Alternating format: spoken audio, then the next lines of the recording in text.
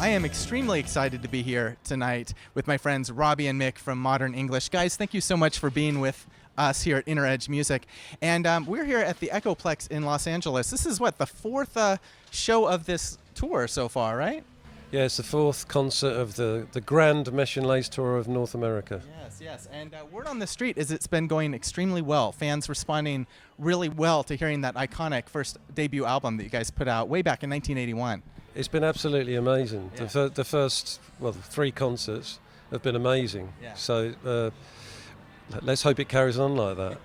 Yeah. And Mick, you concur with that. It's just been a good run so far, right? Yeah, it's been fantastic. Exceeded our expectations, Gotcha. beyond a shadow of a doubt. Okay. It's been amazing. Been great fun as well. Very cool. Yeah. Well, guys, I want to talk about the album itself. I've read some interviews where you guys both reference those sort of lean and hungry days, when Mesh and Lace came out and kind of the 4AD influence. And looking back on that, and especially that album in relation to After the Snow, and just what Mesh and Lace really represented in terms of you guys just coming up and doing your thing. And there is something really sort of eternal about that album that's really aged well over the decades. We were talking earlier about a lot of the young fans that there's a lot of Joy Division influence and that it's great stuff. Yeah, I mean, it's a very raw album. Yeah. I think that's one of the things about it, and the drumming's very powerful on it. Yeah.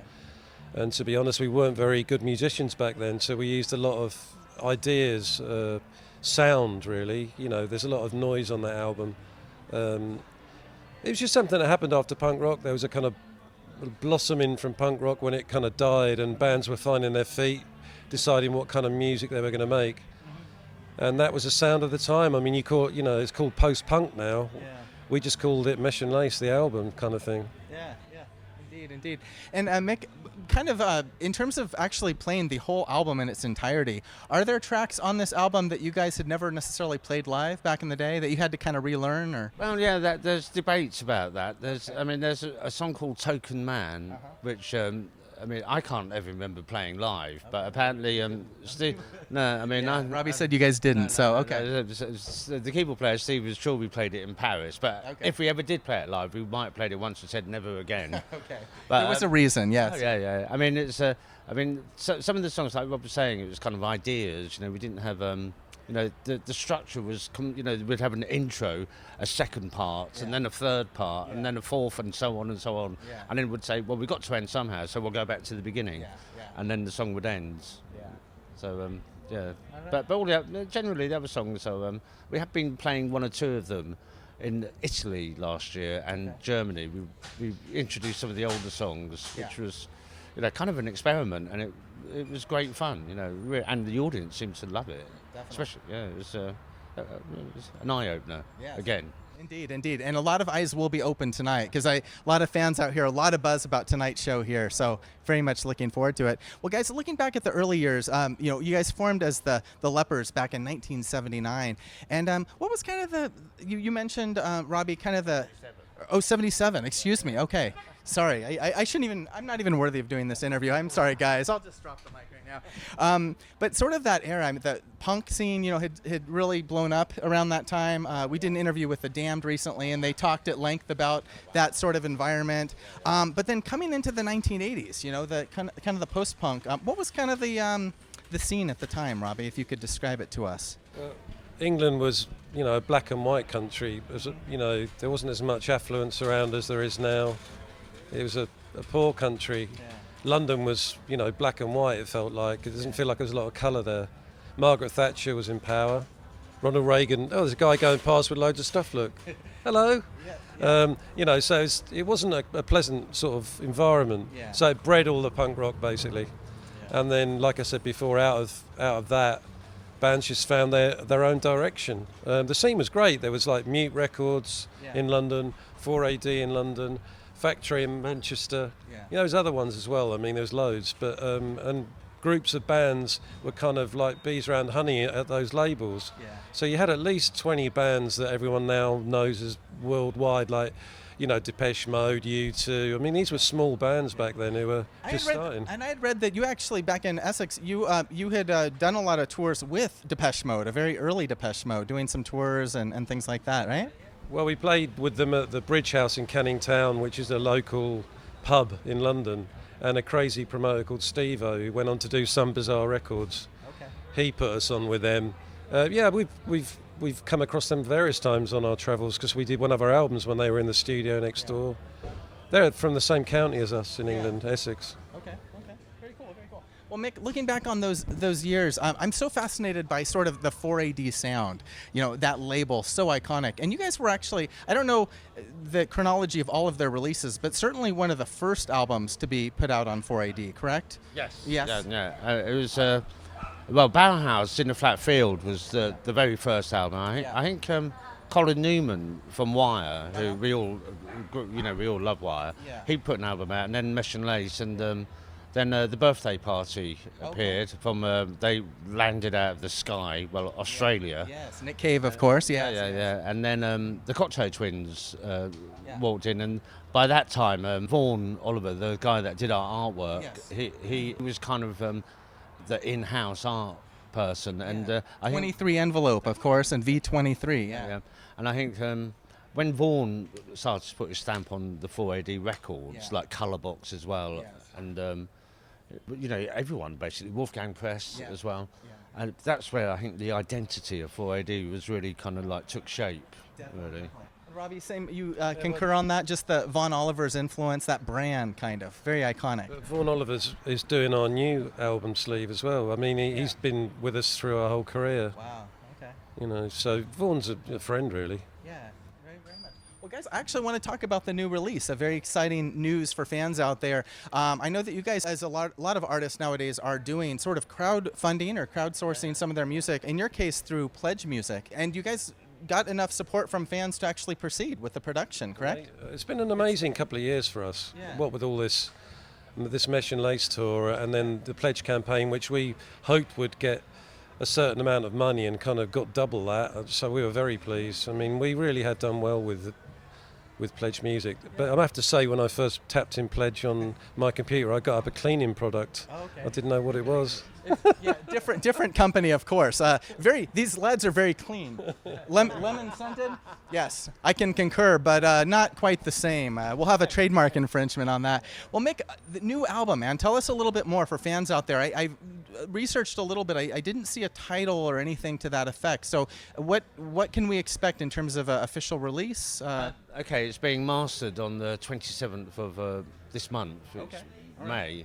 And I mean, we've been working on it solidly for about 2 years, and we're working with. I mentioned Colourbox earlier. Yes. Martin Young is a really old friend of ours. He's producing the album for us as well. And once he gets involved in something, it's 100% with him. Oh wow! And because he grew up with us, I went to school with him. Wow. I mean, so he knows everything about modern English, but he's aiming for the rawer parts of Mesh and Lace. We all are. And also the kind of the songwriting. There's some songwriting from After the Snow, and also what modern English are now today. That sounds like, for a modern English fan, that sounds like a album made in heaven. A combination of the early raw, sort of rough around the edges aspects of Mesh and Lace with the pop sensibilities and the lyricism of After the Snow. Wow. Yeah, I mean it's. I've got a studio. Me and Rob live in Suffolk, a beautiful part of England, and so we're lucky enough to be able to kind of live and work really close to each other as well.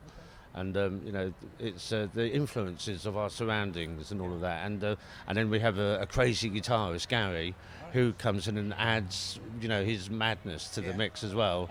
And Steve as well with his noises. So it has been really exciting. And also with Vaughan being involved as well, it's it just makes it a whole deal for us. Quite a big deal. So there's some big things to be unveiled here soon, and I don't know if there's anything that can be teased or revealed without ruining anything. But certainly the album title not yet released, the album art that Vaughan's working on it. Can we get a little bit of a teaser or insight? As chief lyricist of the band, There we go. we're probably going to. We hope to be calling it "Take Me to the Trees." Okay. There's a track which kind of goes back to After the Snow, and it's got a kind of nature aspect to it. And we'll just see what happens with that, because it could be called other things. But there's a track on the album called Trees, which is amazing. It's a bit like the soundtrack to Midnight Cowboy. It's got this orchestration on it. We've got 3 tracks that are orchestrated on the album, amongst the other music of ours, and that one is really good. So we wanted to kind of throw an arrow towards that one. So it could well be called Take Me to the... There's your teaser right there. All right, there we go. Have fans out there go on Inner Edge Music, vote, give these guys feedback, give them more money, because to keep doing the wonderful production and tours that they're doing, it costs money. It's not easy in this day and age without having 4AD or Sire backing your efforts. Especially when you're old men, yeah, it's not, no. Well, you guys are spry young lads. I mean, I saw you during sound check. It sounded really good. I'm very excited for tonight. And one last question for you guys, actually. Just, of course, kind of looking at the late 70s, early 80s era, a lot of bands of that sort of ilk have talked about the influence from the 70s, especially from Britain, of sort of John Peel. And you guys actually did get some early support from John Peel and did some John Peel sessions. Could you tell us a little bit about that? He lived quite close to where we came from in Colchester in Essex. He basically just helped loads of bands. Yeah. He helped everybody. Everybody who sent him something, he would listen to it. Yeah. And he did. He listened to our stuff, and he played our first single, Drowning Man. He gave us 2 Peel sessions. Oh, wow. I mean, he was a big influence. The sort of music we listened to before punk was David Bowie, Roxy Music. That was the glam kind of influence. Well, you ask any of the bands from that time, and they'll say the same thing. I mean, there's not much more to it than that. We weren't really listening to, some people were listening to prog rock, but not many. I mean... That wasn't music the working class listened to, really. And that's actually, you guys, just a couple weeks ago, we interviewed Captain Sensible and Dave, and Captain had a lot of critical things to say about prog rock, and especially in working class Britain and kind of the punk scene. That stuff was just viewed as like pretentious, indulgent crap, basically. And also, it was a different classes sort of music. There was more public schoolboy, private school sort of sound. But it wasn't just that. It was... didn't relate to it really. I mean, we sat in our, in England you had a program called Top of the Pops, which was a music program once a week. You sat down in your chair and you watched it, and David Bowie came on it and lit the screen up. That's what happened. And that was revolutionary at the time. If you interview any band from our era, and the first you just sit them down. The first question you could ask any of them is, "What's your favourite Bowie album?"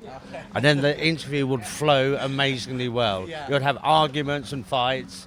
Well, I actually found that to be the case because we interviewed Peter Murphy from Bauhaus, former Beggar's Banquet 4AD label mate, and we talked at length. It was the first interview Peter had done for a few years, and what really got him going was talking about Bowie and the influence of Bowie. And did you guys ever have the pleasure of interacting or meeting David through the years? I think it was the Ritz.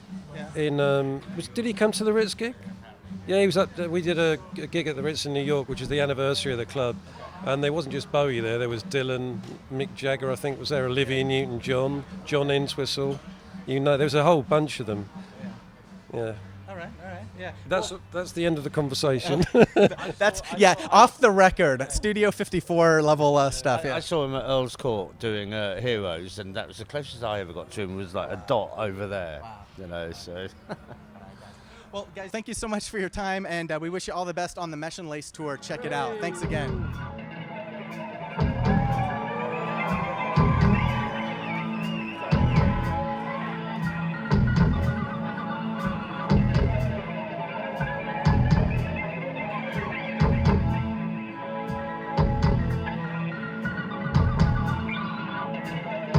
You didn't know how much I wanted you. You didn't know how much I needed you. Shadows on the wall, staring from the bed, pent up frustration, fit to explode. Got a tear in the eye. You didn't want me.